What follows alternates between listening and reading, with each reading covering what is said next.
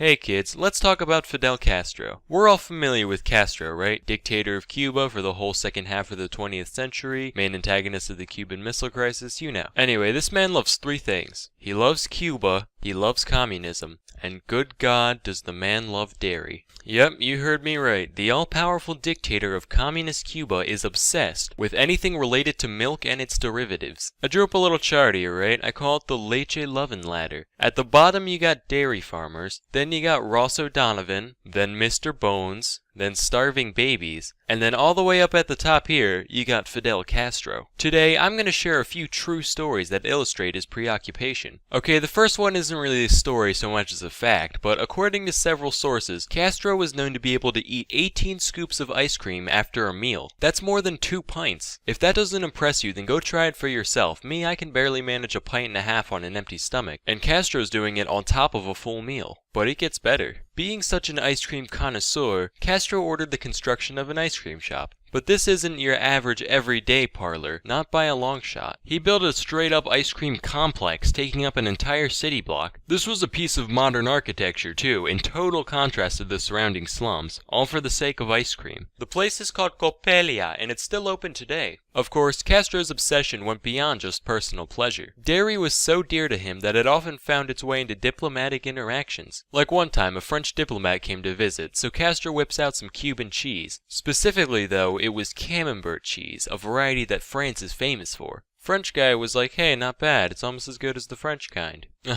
Try it again, I think you'll find it's even better than the French. Alright, I wouldn't say that. I'm sorry, are you disrespecting my cheese? In my house? On my island? No, I mean it's good, I just said the French kind is better. Maybe if you froggy fucks bathed once in a while, you'd be able to taste the cheese instead of your own B.O. Listen, you've got your cigars, we've got our cheese, live with it.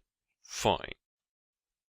Fuck him, it's good cheese. I'm paraphrasing just a little bit, but that's basically how it went down. So already it's obvious that dairy is of great value to Castro. Most exceptional, however, is how this value reflected in his leadership. Naturally, having an entire nation at his disposal, Castro wanted to bolster the Cuban dairy industry as much as possible. But there was one problem. Cuba initially had two types of cows called La Reinas and Zebus. La Reinas came from the days when Spain ruled Cuba, and Zebus originated from India. Both of these cows are well suited to the Cuban environment, having a very high tolerance for heat. However, they don't produce much milk, they're mostly just raised for their meat. So Castro decides to import thousands of Holsteins from Canada. Holsteins are the classic black and white cows, and as we all know, you can juice these guys for days. They are utterly superior. Only problem is, they're used to living in Canada, so when they're plopped down under the scorching Caribbean sun, it's going to stress them out. They're not going to be laughing cows by any means. So as a result, Castro's imports still didn't put out enough milk to satisfy his desires. At this point, your average run-of-the-mill dairy queen would have given up. But Castro, he's more than that. He's a dairy dictator. So he ordered the construction of a giant air-conditioned complex with the sole purpose of providing a comfortable environment for his Holsteins. And it helped a little bit, but they were still stressed out. They still weren't putting out at their natural levels. And as you can imagine, climate controlling an entire facility is very expensive, so Castro was forced to abandon the project. But like the astronaut he is, Castro held on to his dream of finding the Milky Way. So he gathered a team of scientists and farmers and ordered them to breed together the Zebus and the Holsteins in order to produce a heat-resistant, lactose-pumping super cow. The breeding efforts were mostly a bust, never producing the bovine master race that Castro longed for. However, there was one exception. Under Castro's program, a single individual was born that met his expectations with flying colors. The cow was named Ubre Blanca, Spanish for white udder, and she produced world record-breaking volumes of milk, peaking at 110 liters a day. That's more than 29 entire gallons of lactation. Needless to say, Castro was absolutely euphoric at this isolated success of his. To say he went ballistic would be an understatement. He went intercontinentally ballistic. Like, India hasn't got shit on the levels of cow worship that Castro performed. Daily updates were published in the Cuban national newspaper describing Ubre Blanca's health and productivity. And when she died in 1985, Castro commissioned a giant marble statue of the cow cow in her honor. He also had scientists harvest tissue and egg samples for the sake of preserving her DNA. After Ubreblanca's death, Castro's plans for the Cuban dairy industry got even more desperate and ridiculous somehow. This is based off of an actual conversation that he had with his team of scientists in 1987. Okay guys, hear me out. What if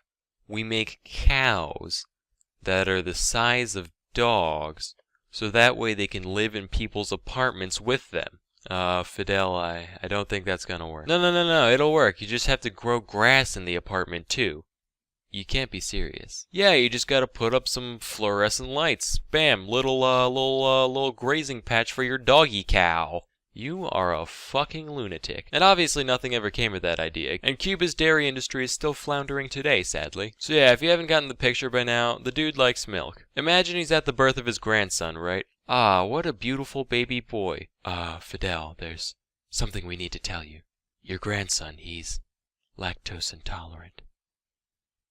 Prepare the firing squad. Anyway, there's plenty of other miscellaneous stories surrounding his little preoccupation, like the time the CIA tried to poison his milkshake, so I just decided to highlight a few big ones. Anyway, that's all for today. Till next time, I'm Sam Manella, and thank you for watching.